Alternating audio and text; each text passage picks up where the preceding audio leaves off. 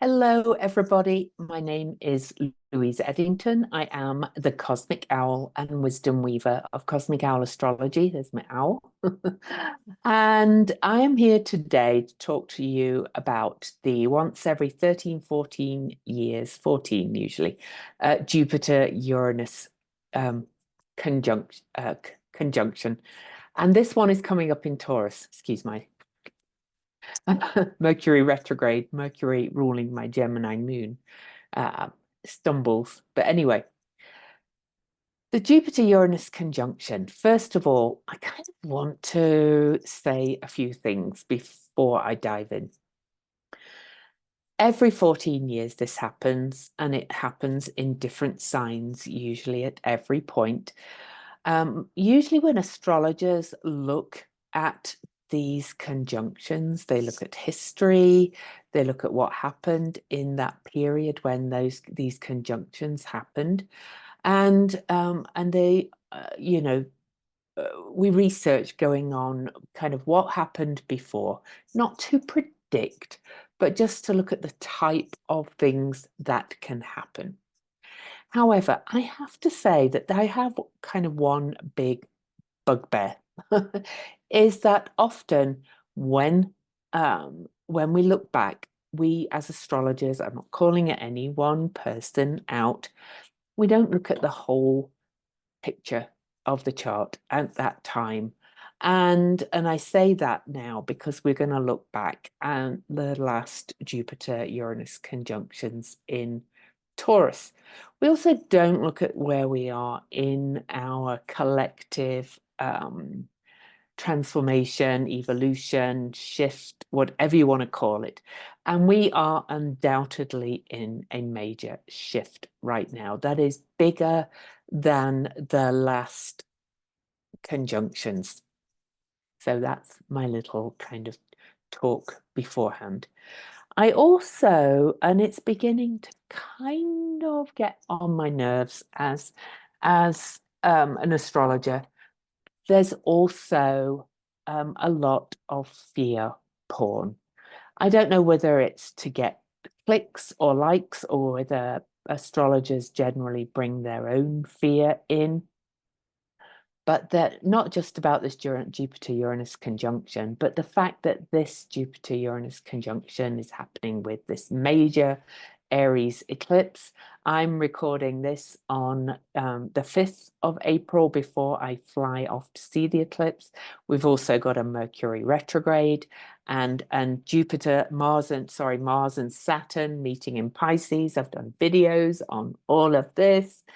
And there's a lot of like, whoa, and this and that. And I personally think we as astrologers have to change because it's all very well kind of saying things could be challenging, but to say, oh, I don't like this at all, this is a terrible thing, this is like whatever, I kind of think this is instilling fear in the collective. So why not look at these things with a sense of possibility? Because I really speak to you personally. I'm not speaking to the collective events over which we have little control in the moment. So let me dive in. So I'm going to look at charts, of course, as I do.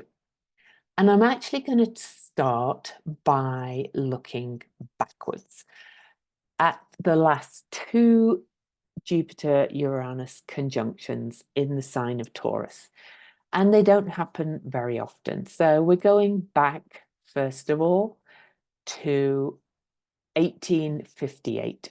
So I'm going to probably add some highlights as we go along.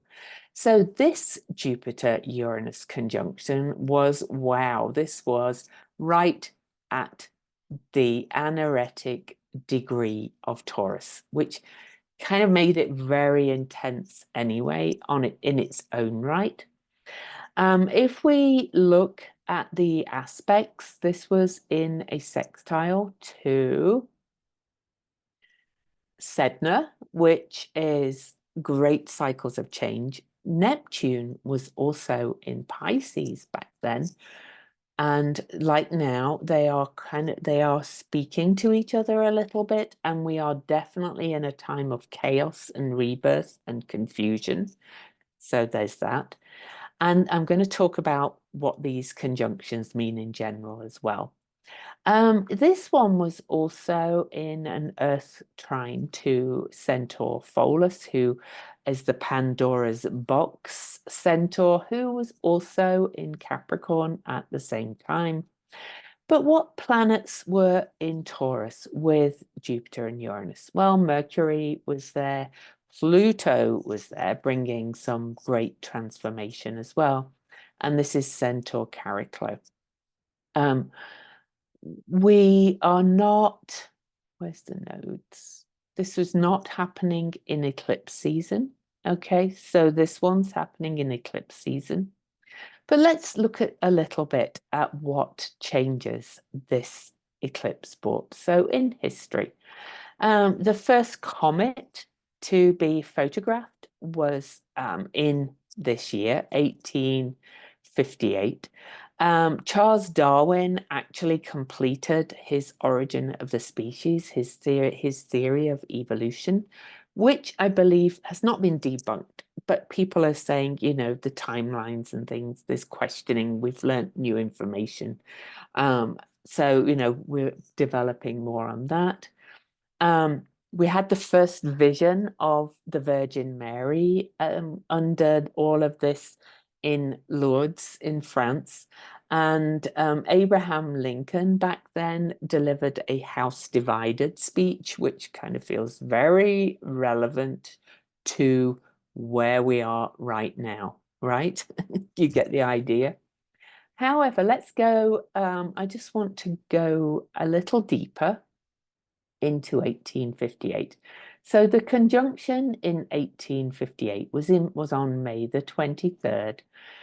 Often the notion of this energy is there's often a lot arrives kind of around the date itself, or something emerges during that time, because Jupiter and Uranus is often sudden and radical change.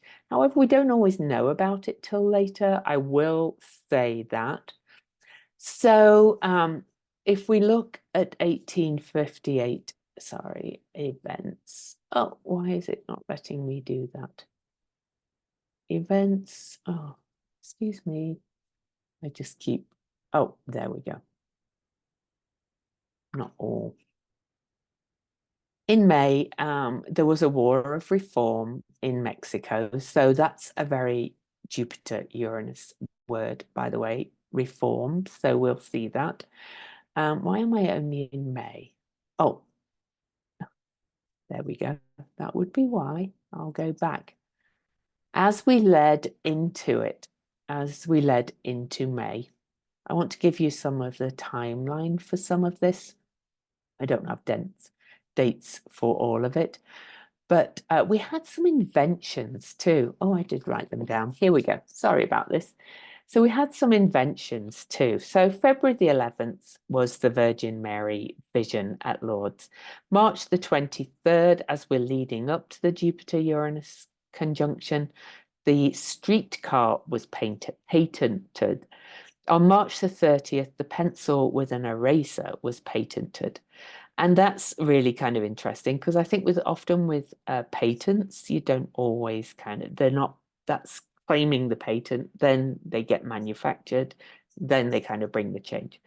May the 8th, almost on the Jupiter-Uranus conjunction in 1858, abolitionist John Brown's body lies a mouldering in his grave, held a constitutional convention in Canada, which was a secret one, an anti-slavery convention with Harriet Tubman. So that was kept well hidden till later as well. And then July the 1st was the reading of Darwin's evolution papers, and June the 2nd was the first comet photographs. So you could see that it was all very close to where the time of the conjunction. Now let's move to 1941. And I gave all my preamble about this because in 1941, most of you will know that we were in the middle of war. We were in the middle of World War II. It had started in 1939 and did not end until 1945. So, you know, because a lot of people are looking back at 1941, there's a lot of fear about war. And, you know, we are in very volatile times as well. However, I want to say, look at this. The Jupiter-Uranus conjunction then was at 25 degrees. Whoops. But it was conjunct Venus. And the Venus and the Sun are very conjunct, so are very close. So I just want to look what star point we were under. Mercury was there. Saturn was there. Sun was there. Black Moon Lilith, Hygeia, Nessus, trauma and generational traumas, things like that, you know, was kind of unleashed under all of this. But look at this Taurus stellium. We were not in eclipse season, but the eclipses were in Libra. Sorry, the nodes were in Libra and Aries, but they were about to leave. And the South node was in Aries at this time. Mars was in Aquarius. Pholus was in Capricorn again. So that's happened both times. But this is just very different. Now you go, Taurus. Taurus isn't really associated with war, is it? So I'm just going to stop the share so you don't get wrapped up in all of that. But to look at the date of that conjunction in 1941, and I've got a lot to say about this. I'm going to look at the events in a minute. That was on May the 7th, 1941, which would have been my mother's birthday if she was alive then. She was not. Or was she? Actually, she was. She was born. Okay, so that would have been on her birthday. We had a Venus star point just emerging at 28 Aries 50, and we are finishing the Venus star points in Aries at the end of this decade. So, you know, this was the start of a Mars ruled star point. The first one was actually back in, so we're in the very early days, at least. The star point came in 1929. And, you know, we've been under Aries and Scorpio star points for quite a long time, since those late 1920s. And they're Mars-ruled star points. So back to the 1941 again, and I'm going to talk about some things that happened. So in 1941, January the 6th, FDR gave his Four Freedoms speeches. Sorry, that was in 1941. I read it wrong. January the 9th, there was a pogrom where 6,000 Jews were murdered. I think that was in Romania. But May the 9th, 2 days after, and remember we were already at war. May the 9th, 2 days after the Jupiter-Uranus conjunction, the German spy codes were broken. Also, almost to the day of the Jupiter-Uranus conjunction, the blitz over London, the blitzkrieg, literally means lightning war. It ended on May the 11th after those codes were broken. So this was a huge turning point in the war. With Bletchley Park in the UK having found out the German spy codes. I'm sure they didn't announce it on the news, but they broke the codes so they could listen in to what the Germans and the Nazis were doing. Okay, that was a turning point in the war. The Blitzkrieg ending, lightning war on London literally ended right on this Jupiter-Uranus conjunction. Now, Hitler did turn his attention to invade Soviet Union, not Britain at that point, but it was still a turning point in the war because I think he was realizing that his luck, it was not going to work. Now, in October, the atomic program was approved. So that's, new discoveries, new inventions, and that led to the Manhattan Project, of course, which led to the atomic bomb, which, did bring an end to the war, but also, well, if you haven't watched Oppenheimer, you'll have the whole story. No opinion on that. It's kind of like, what do you do? This war has to come to an end. But anyway, it was awful either way, an awful choice. And December the 7th of 1941 was the Pearl Harbor attack, but that led to the US entering World War II, which would have gone another direction if the US had not joined the Allies and in the World War II. I'm very aware of this history because growing up in the UK, we are steeped in World War II history. But you might go, if you go and read your own history of 1941, you will also find that's the year the camps were developed, the concentration camps. To my mind, that is the presence of Saturn in Taurus as well. Saturn came up to Uranus later in 1941. Saturn is confinement. Saturn is, in Taurus sign, which is confinement of people and bodies, if you like. Venus in Aries, new morning star. Venus is literal kind of bodies, if you like. And the news started to kind of change and leak out about things like that. There's a lot more we could say about that. Also, just look at all this energy in Taurus. Confinement, but breakthroughs, turning points, but lasting. Saturn, is time. And the war lasted another good 4.5 years after this. So, but there were breakthroughs that brought change and turning points. All right. Now we go to 2024. And actually, I'm going to stop the share a little bit before we look at this one. And I'm not going to read the whole book because, oh my God, it's so hard to read. It's a fabulous, fabulous book by Richard Tarnas, Cosmos and Psyche. But boy, does he use flowery language, and he's very intellectual. So it's really kind of takes some digging through.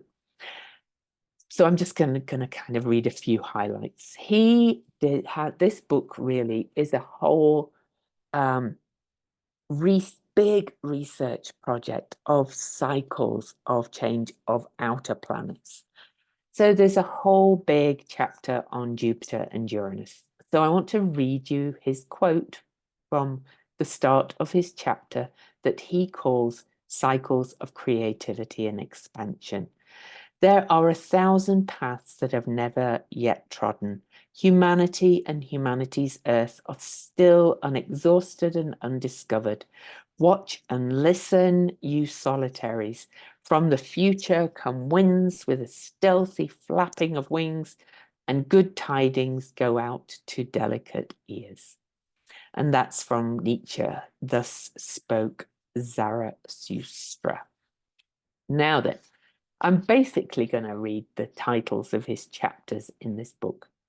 Opening New Horizons, okay?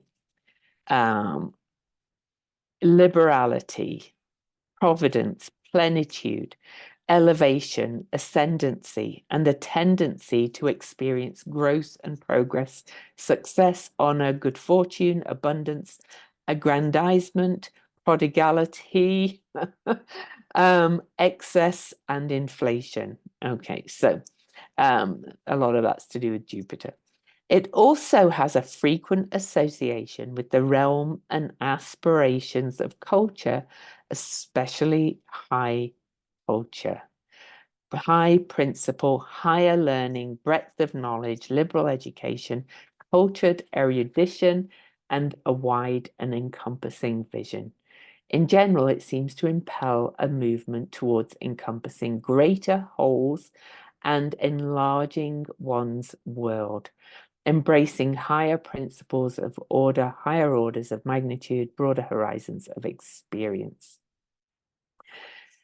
So this is when they come into alignment. All of these tendencies interact in a very vivid manner, he says, with the principle we have seen associated with the planet Uranus: creative breakthrough, rebellion against constraints and status quo, the impulse for freedom, and the new sudden openings and awakenings, a tendency to constellate the unexpected and disruptive, and so forth. And creative brilliance, excitement of experience, suddenly expanding horizons. He says in world transits, the cyclical alignments of Jupiter and Uranus can correlate consistently with condensed waves of celebrated milestones of creative or emancipatory activity across many fields. And so that's why I think we need to look at the whole chart. So the next chapter is convergence of scientific breakthroughs. I'm not going to go into all of his details, but we can see that with like breaking the codes, for example, the nuclear research that led to the bomb, but also led to some other things that have been more useful. Social and political rebellions and awakenings are often associated with it. That doesn't always mean violence as well, because it's social and political, right? Okay, it depends on the chart. He also said quantum leaps and peak experiences. And he actually, in his book, correlates huge leaps forward in particularly quantum theory and quantum mechanics pretty much every time we have a Jupiter-Uranus conjunction. And I've kind of been talking about that a lot myself. And that's what the CERN Hadron Collider is bringing. So I love that they are starting up the collider during the eclipse and during this Jupiter-Uranus conjunction. Thanks very much. I think they could make some really helpful discoveries. So he says from Copernicus to Darwin, that's kind of discoveries about where we came from, which is also to do with that. Music and literature, we've just seen Beyonce's Cowboy Carter burst onto the horizons, okay? And everybody's raving about it. Everybody who I know, well, not everybody, there's a lot of hate as well. Everybody I know is raving about it. Most people agree that it's a kind of like a masterpiece. It says so much. It's kind of breakthrough. It's genre bending, mixing, just so much to it. So that's music and literature. Also, Taylor Swift's new album, Tortured Poets Society, is being released the day before this conjunction on April the 19th. I'm sure she has an astrologer or knows astrology, so yay. So, these are two women that are very connected to the Leo Venus star point that I talked about from last August the 13th, 2023. So a lot of what's going to come up and come out and burst out has been building since then, and I'll talk about that as well. I think that's was that all his Oh, I did want to say that in the cycle, the 1850? Gosh, I'm kind of like, where am I? Yes, in the 1858 cycle, Alice in Wonderland was actually published, I think. Lewis Carroll published in the cycle, not on the date, But Lewis Carroll published Alice's Adventures in Wonderland and Through the Looking Glass. And interestingly, the book I'm writing, The Soul's Tea Party, is very Alice in Wonderlandish, and it's suddenly I've actually started writing it now. That I'm writing two books, book on series as well. Iconic moments and cultural land milestones, he says. That's another thing. A bit like the women overtaking the Grammys. I'm going to look. Anyway, there's big breakthroughs. I think that's his. God, it's so long. He also says hidden births. So that's, as I mentioned, sometimes, we don't know about things like this until later. He said, no one during the Jupiter-Uranus opposition in 1976 knew that two young men in a garage in California had begun the personal computer revolution. And no one in the following Jupiter-Uranus conjunction in 1983 recognized that perestroika was being born when Mikhail Gorbachev made his crucial visit to Canada and began the change over in the Soviet Union. So anyway, you get the idea. I actually watched a YouTube with Richard Tarnas, and I probably couldn't find it again. If you search his name on YouTube and look at recent ones, it was a look ahead, I think, at 2024. He's excited about this Jupiter-Uranus conjunction. I'm really excited about it. I'm really excited about the eclipse. And I urge you not to step into fear. And even, the presence of Saturn and Mars conjunct in Pisces, I think is also even a good one. And so, when are we going to, put overall, it's good. It depends on how conscious you are and how you live in the world and things like that. But overall, I think we are in a big turning point. Remember, I said Jupiter-Uranus turning points in many things. So here is the chart for 2024 conjunction. And so in Taurus, here we have Jupiter and Uranus. The sun just entered and it's at 21 degrees. But it's in square to that Leo star point, which I did a video about saying, of talking about Beyonce, Taylor Swift, Miley Cyrus, a few others whose star rose under this star. And this star is about to set at the end of April, but this is kind of the last of the Leo morning star for this time, okay? And Jupiter and Uranus are squaring that star point from last August the 13th. So things are bursting out of the gate. That began back under this star point and have been building. All right. Everybody's so excited about Beyonce's album, and I am. I'm low-key obsessed, and I walk to it. But I talked about her in my Venus retrograde class when we looked at this star point and talked about how her renaissance meant rebirth, and this eclipse means rebirth too. It's at the resurrection degree of Aries. It's in the Leo decan, so it's double sun kind of, and sun rules Leo. Oh, there's so much positivity going on here, and I'm sorry for the fear. Even the Mars-Saturn conjunction, when are we going to stop using these terms malefic? Mars and Saturn are not the only planets that bring war, pain, death, all things like that. Jupiter, if you look at death charts, is often associated with death, with somebody dying. Venus as morning star is associated with war. The sign of Libra is war and peace.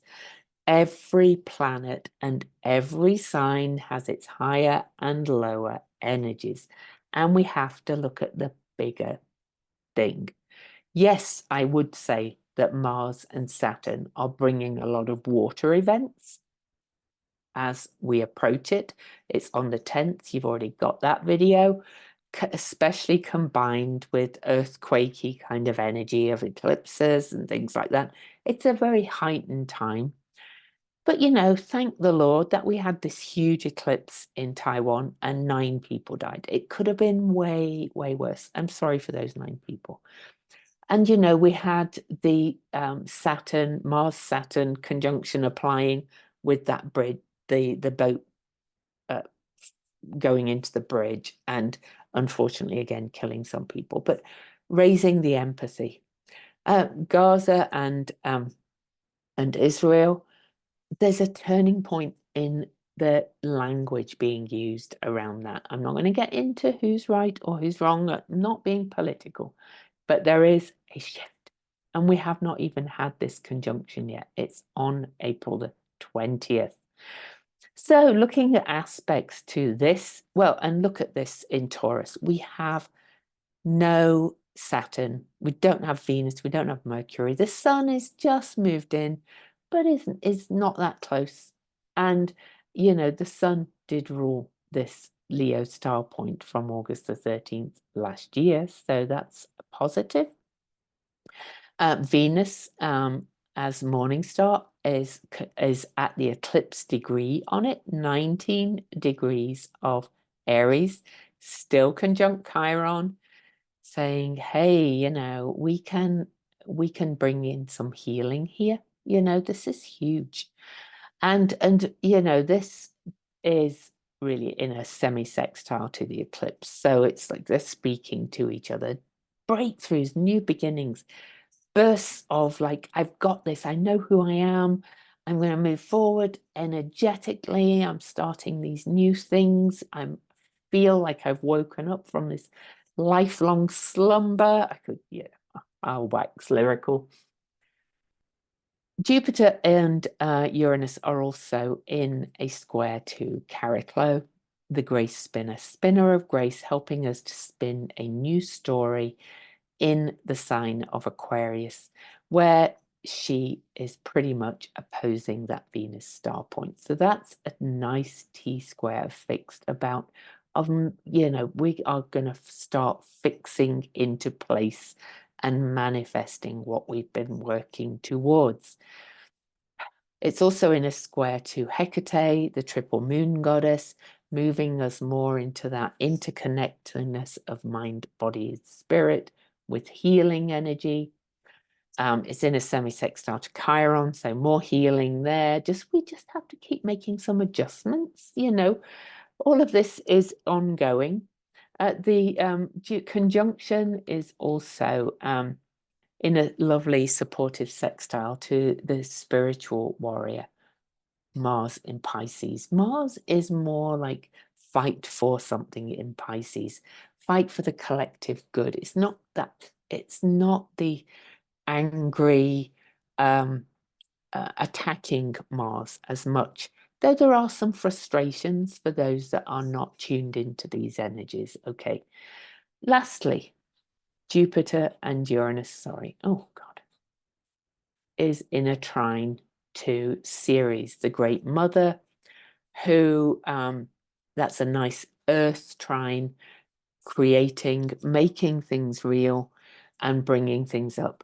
So all in all, this, I think, is going to bring some rapid and earth-changing discoveries, probably around clean energy, also around values and our senses, mind, body, spirit, you know, hearing, sight, taste, smell, touch.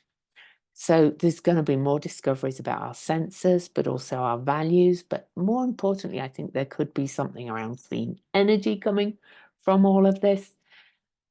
You know, there could be with the aspect to Mars, especially with Mars coming up to Neptune and being even further softened, softened. The rise in compassion and people going, we can't carry on like this anymore, is getting more and more and more. But what about, them, you say, these authoritarians? I think their star is fading. I think by the end of the decade, we're only 6 years away. I know it seems a long time. I think, their star will have fallen.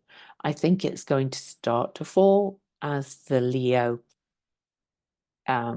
star point disappears. Officially, Venus will disappear from viewers' morning star on April the 28th. On June the 4th, we're going to have a Gemini star coming in, and I'm doing a webinar on that. If you want to know the details, it's always on my Substack. You'll see it come up. I'm charging for that because I'm going to be giving a lot of information, but you will get the recording. But this, I just see this as magical, healing, breakthroughs, new discoveries, this new music that's empowering people. What did somebody say to me about it in my writing group? Somebody was like, it's like, we used to get an album and we'd listen to it from all the way through. I haven't done that for years, and I've done that with this album several times. I expect I'm going to do it with Tortured Poets. Music is often the voice of our times. It's bringing change in music and women as well rising up. Anyway, to make you feel even better about what's coming from this month, even if it seems chaotic and challenging at times, it's a challenging time and chaotic, and some people are affected by the weather more than others and all of that. Actually, I'm going to read the Chandra symbols first. Let me just have a drink. I'm thirsty.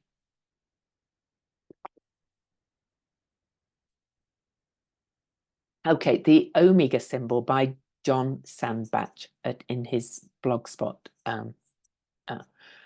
blog. Taurus 22, we always go up.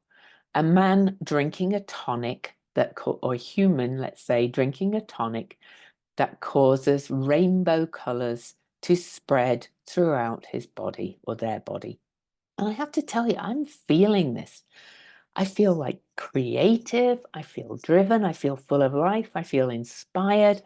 I've gone down in sizes, just like almost magically. Now I am doing the work, and I do, tune into the energies daily to guide me, which is why I write every day so that you can do too. But anyway, this is, I'll read it again. A human drinking a tonic that causes rainbow colors to spread throughout their body. We are being woken up in such big ways. He says that this whole degree is about passion and expiation of errors, which means getting rid of them.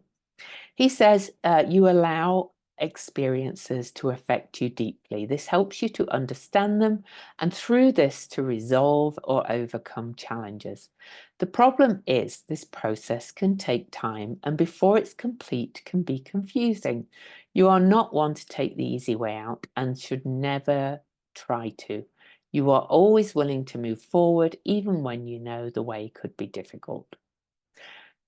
The Chandra symbol for this degree is, and before I read it, I just want to say, I quoted Lynn Bell, astrologer, for the eclipse in my Substack blog for April the 5th, but I'm going to read it here too. She said, eclipses carry the symbolism of blinding and a return to clear seeing.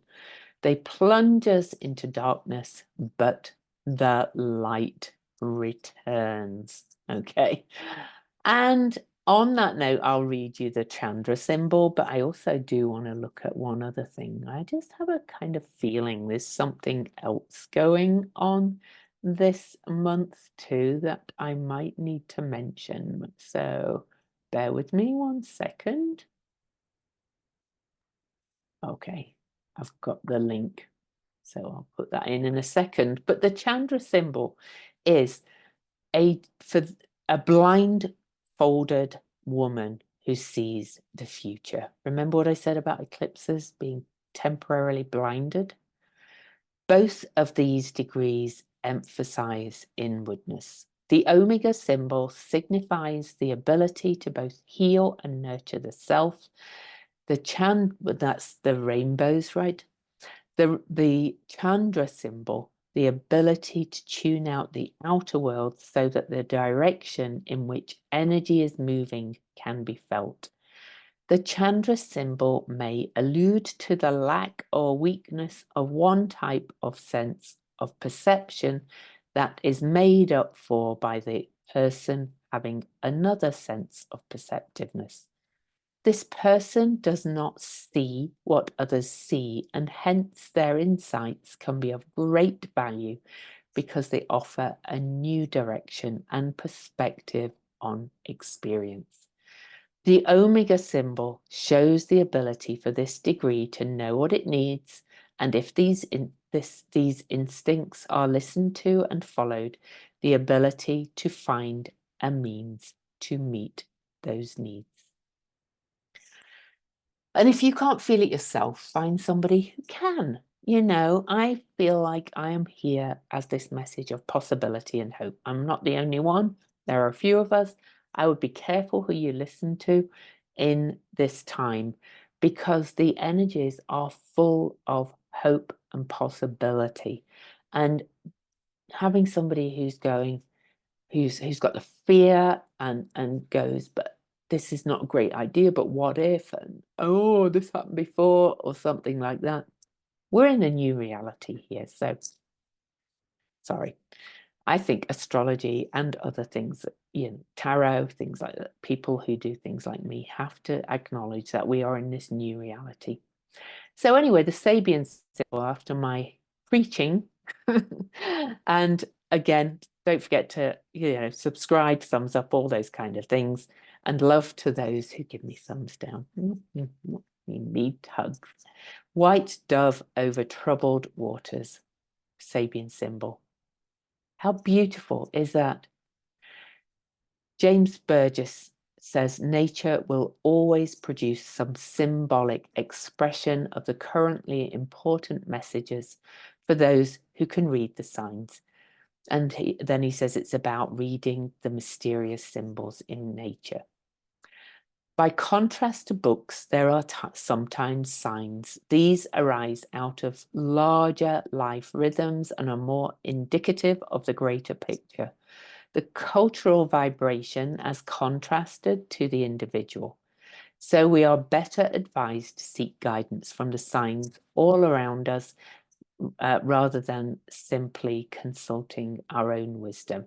So this is like about weaving together all of these things, which is what I am trying to do in this wisdom weaving kind of energy.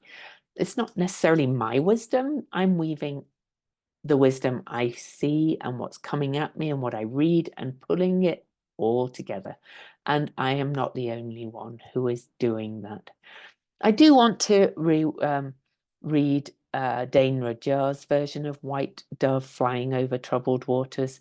He said the spiritual inspiration that comes to the individual in the overcoming of crisis, which is a crossroads, which we've been at. He says, here also we are confronted with a symbol of guidance, and the dove flying over troubled waters reminds one of the story of Noah and the ark. Don't know if it did me, but anyway, Noah met his and mankind's crisis courageously and in complete obedience to the promptings of Source, let's say. The test completed, he received the dove's message. It is a message from the Holy Spirit announcing a new dispensation. This symbolic scene can be applied to personal crises resulting from emotional upheavals or from the eruption of unconscious forces and impulses into the consciousness. if the crisis has been faced in the right spirit.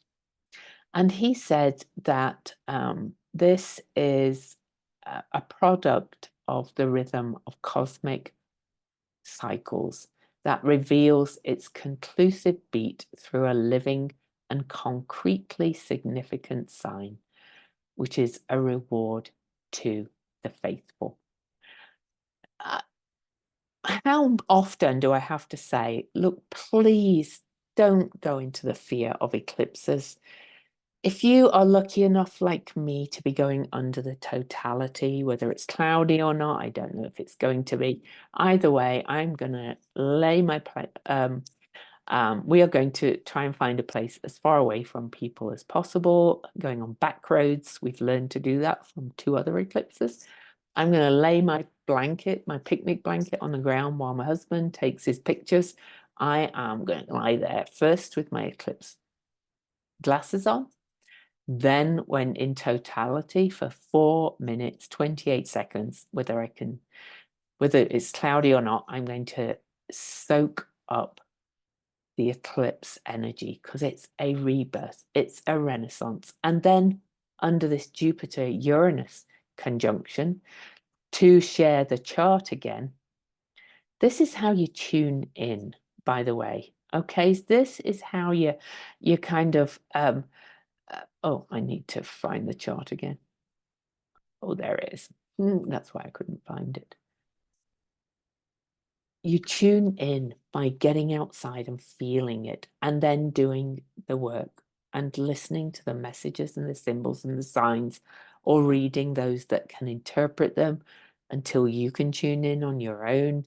But I'm still listening to other people too, and other people listen to me, and it's, yeah, anyway. This is the conjunction here. On the East Coast, it's April the 20th, 10:27 p.m. So it'll be April the 21st for a lot of you. If you're in the UK or Australia or New Zealand or anywhere else that's west of the East Coast of the USA, it's probably going to be on April the 21st. And you get it on the 21st at 21 degrees, but we get it on the 20th at square the star point that was 20 degrees. This is on my Uranus, by the way, and I've had my Uranus square. I just had the 3rd exact pass yesterday. So no wonder it's speaking to me. And this is the time on the East Coast. So for me, it would be 8:27 p.m. here in Utah, 7:27 Pacific. Just put yourself under the energy wherever you are, whether you're not under, if you're not under the path of the eclipse, just tune in at the eclipse time, because you are still under that energy. This is an awesome month, but it's also kind of crazy and chaotic and challenging. You know, I'm still dealing with the insurance claims and things like that, but it's just stuff. Embrace possibility, embrace potential, embrace the awe of all of this coming together at one time. And I would not be surprised if some real awe-inspiring just moments happen for you. In that note, I am going to share a poem underneath in the description from somebody who's in my writing collective. I shared it somewhere yesterday. Where did I share it? I can't remember, but I'm going to share the link to her Substack of that poem in the description with this podcast. And it's about awe and wonder. And I want you to read that poem, copy it, print it, share it everywhere. She deserves her sharing. Follow her Substack blog so you can get more of her poetry, because it's perfect for this moment. So I love you all. Or should I read the poem for you? You're probably all gone by now. You're probably like, she's going on and on and on. Sorry.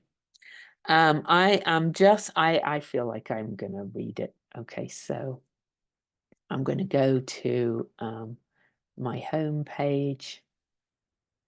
and go and view my site and go to my notes to get to it, because I shared it on her notes, so on my notes. I feel like I have to read it, actually. Her Substack's called Wonder and Awe, Throwing Pots, sorry, her Substack is. But her name's Lucinda Bowen. She wrote it yesterday. Of the two, Wonder is more polite. Wonder wells, expanding my breath, a private feeling I can manage if I'm fast enough to cover my mouth, or blasts through the top of my head, opens my skull and shoots out like a geyser, as subtle as Old Faithful. When awe arrives, my whole body becomes a conduit.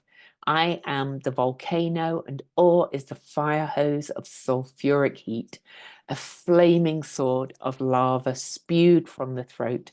Awe turns my skin molten and hot, discharges shame like a bullet, leaves me smouldering, spent. Awe doesn't care if I'm driving or in church. Once on a whale watch, a humpback breached and awe erupted. I fell to my knees on the deck of the boat. I'm going to cry. Blind and breathless, split in half. I will spend the rest of my life cleaved by that moment, one side smooth and polished, the other an edge, sharp and raw. Was I bitten in half, or did I become the fang? No matter how solid a footing you think you've found, or is the knowing that beneath us, sometimes there are whales who launch like rockets through the skin of one world and into the next, or is a physical intrusion, truth manifested as salt spray, deep, briny, marine, the crash and groan as the atmosphere makes room for miracle, jubilance, other, for the impossibility of a giant in flight. That boat ride was 20 years ago, and still every time I think of it, my edges sparkle like glass. Well, I think we're in for some moments like that are going to take us to our knees in awe. And it's going to stick with us. It's going to change our lives. I feel it already. Sorry to get tearful, but you know, I am having my Uranus square. And Neptune's also square my ascendant. So and they're all speaking to each other, all of these planets. Oh, and the eclipse is making a fire grand trine with my Uranus and my Sun and aspecting my Chiron. Expect awe. Look at the world with awe. Look, open your eyes and wait to be awed. Okay. This is a major, major time of change, and we are going to be okay. I love you.